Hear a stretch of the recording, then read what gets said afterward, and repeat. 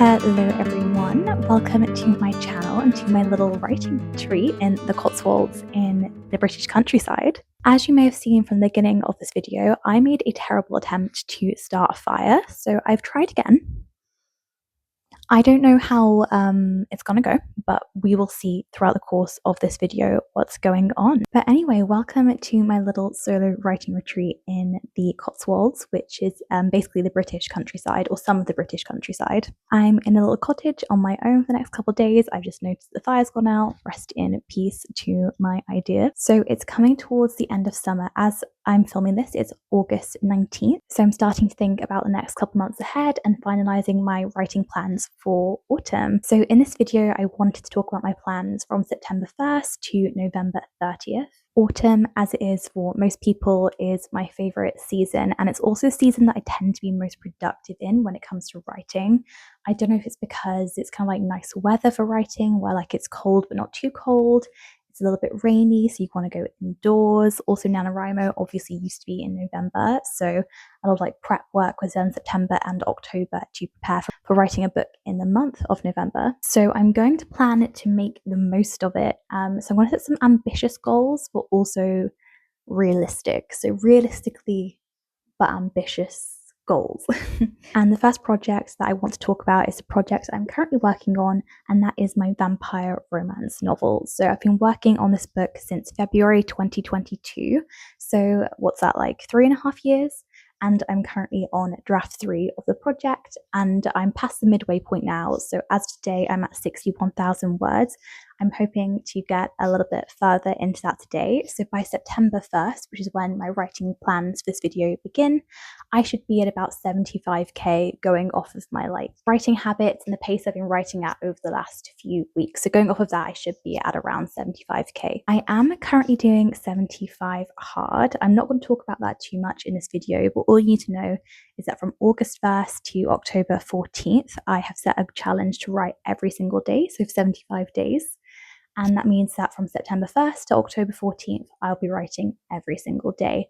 I set myself a very firm, non-negotiable plan of finishing this book by October 14th. That is very firm, that's non-negotiable. If I don't finish my book by then, I'm going to punish myself in some way. I don't know what I'm going to do, but I'm going to figure it out to make sure that I definitely stick to that October 14th deadline. And I think my final draft should be about 110k words. It's always possible that might change, but based on how I've been writing, I'm going to say 110k is a fairly accurate estimate. So for me to get from 75k at the beginning of September to 110k by the middle of October, I need to write about 814 words every single day, which isn't too challenging. It's below 1k, so it's not awful at all. I do really want to do a 10k word day for this project. I don't know what's wrong with myself. I've done a few of them before and I hate it in the moment, but the high from winning is incredible. Like the high of writing 10,000 words in one day is something I can't even describe it to like non-writer friends. So I do kind of want to do a 10k word day for this project, but I don't know if I'm going to do it in September, October, or if I'm going to do it in August, like a few days from now. So yeah, because I don't know yet, I'm not going to say what day I plan on doing it on, but just wanted to put it in here in case I do it in autumn rather than in the month of August. So basically I need to write a minimum of 814 words a day for the first few weeks. But if I do a 10k word day, that number will come down a little bit. Now from October 14th to November 1st, I am going to give myself a little break from my vampire romance novel, and I'm going to do something very exciting, something I've wanted to do for a couple of years, and I'm going to start working on Project Love. Project Love basically is, I've never spoken about it before, but basically it's a romantasy novel. It's going to be a lot more fluffy, a lot more innocent, less on the fantasy side and more on the romancy side. So it's going to be set in a fantasy setting, but it's not going to be, the protagonist fighting dragons or anything like that. It's very much going to be, vibey, more romance, more women's fiction maybe. So it should be a nice short little escapist project. Obviously I don't plan on drafting it in the space of like 18 days. That would be insane, but I'm going to let myself brainstorm, do some outlining, kind of give myself a break from vampire romance novels so that when I come back to it, which, spoiler, will be on November 1st. I'll talk about that in a second. But when I come back to it, I should have like a fresh, kind of detached cleansed mind. But I'll also have done some work on Project Love, which means when I come to drafting it, maybe within a year, 2 years, I don't know when. But when I come around to drafting it, I should have a nice amount of work done. Then from November 1st to November 30th, I'm going to do my own kind of NaNoWriMo. So basically, I'm going to work on my vampire romance novel again, but I'm not going to do a full-on rewrite, a full-on edit. There's basically a part of the book that already I know needs to be changed. It's literally just one chapter. I'm going to change a conversation that happens between my protagonist and the love interest mother to a conversation that happens between the protagonist and the love interest. So basically, I'm swapping someone out in one of the beginning inciting incident sort of chapters. Whilst, changing that one chapter isn't a big edit, it will have a knock-on effect for the rest of my book. I think it should only really impact the first half of my book. So I'm going to say in November, I'm going to edit the first 50k words so that this change takes place. It happens in the first few chapters, but then also, I guess, for continuity and avoiding plot holes. I don't know what the right word is there. I'm going to also edit the next, 15-ish chapters just to make sure that everyone's talking and thinking as if that first conversation at the beginning of the book happened between the love interest and the protagonist, and not the love interest mother and the protagonist. It's hard to explain without going into detail, but basically I'm going to do a very specific round of edits where I'm just fixing one thing in the month of November, and then that will be draft 3.5 of my book finished. And after draft 3.5 of my book is finished, I will get to print it out, which I'm so excited for. I have never printed out any of my projects before, and I literally cannot wait. I don't know why I've suddenly gone a bit hyper, but that's how excited I am. So basically, I don't think I explained myself well, but I'm going to do a light bit of revision to the first 50k words of my book in November. And then at the end of November, when these edits are done, I'm going to print it out and I'll be ready to start my proper draft 4 edits. So that'll be draft 3.5 done, and then draft 4 will begin afterwards in winter. So those are the only 2 projects I'm going to be working on over the next few months. There are some other writing related things that I want to get done. So firstly, I really want to spend some time, maybe a week, maybe a month, reading vampire romance novels. So some vampire romantasy books. I can't think of a single one I've read, which is very strange considering the fact that I'm writing a vampire romantasy. And it's been kind of intentional. Basically, when I started writing this project, vampires weren't really in. So that's kind of one of the reasons why I wanted to write it. I was like, oh, vampires have been done in a while, not since the whole Twilight era. Let's go back into it. Let's write a book. So I wasn't reading vampire romantasy for that reason.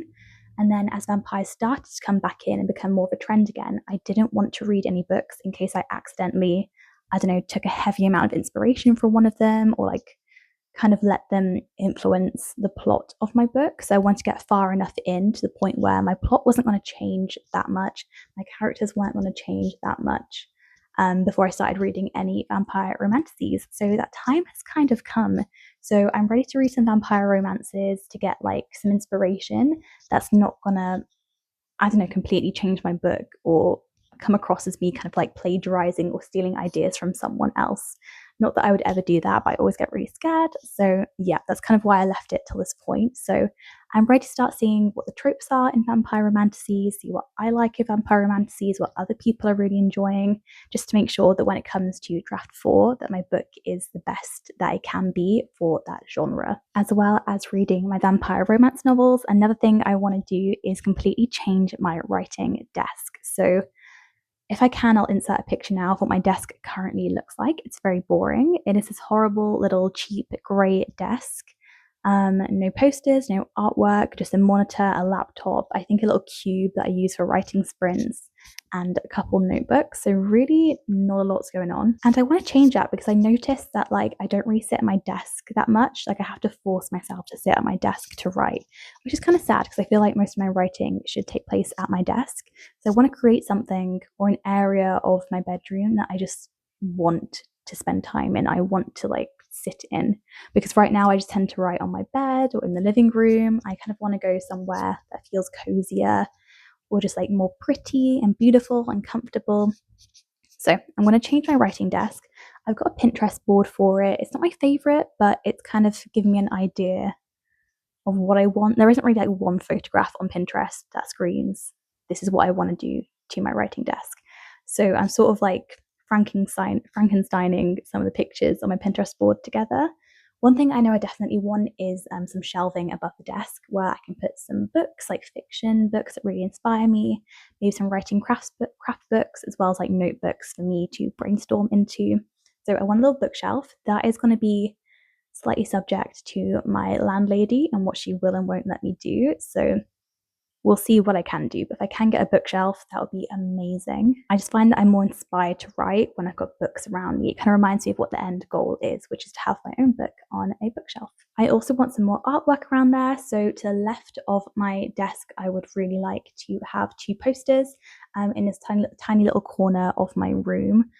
It's just like a little patch of wall, but if I get 2 posters on there, maybe like book related posters or writing related posters, or just some sort of like fantasy artwork that really reminds me of the books that I write, that would be amazing. If not, just something pretty that makes me want to like gravitate towards the area of my bedroom. So I'm going to put that on the wall. I'd also love to have loads of candles.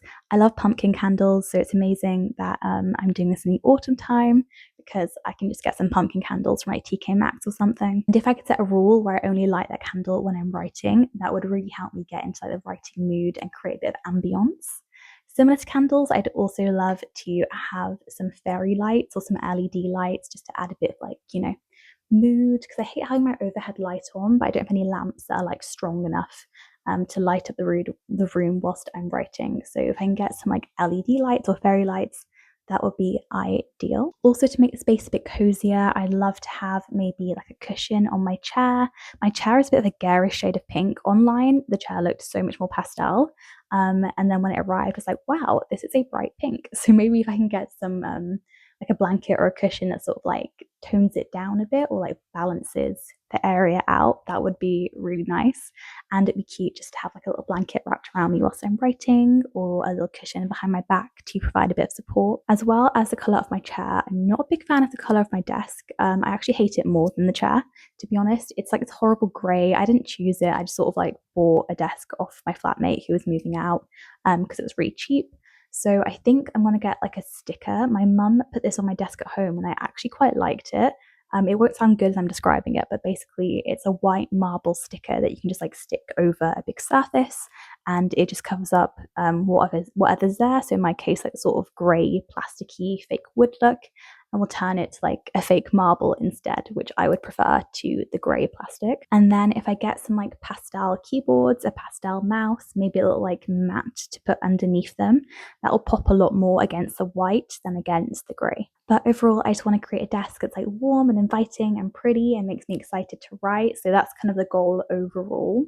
It doesn't have to be like incredible. It will cost a bit of money. So what I can do will depend on my budget.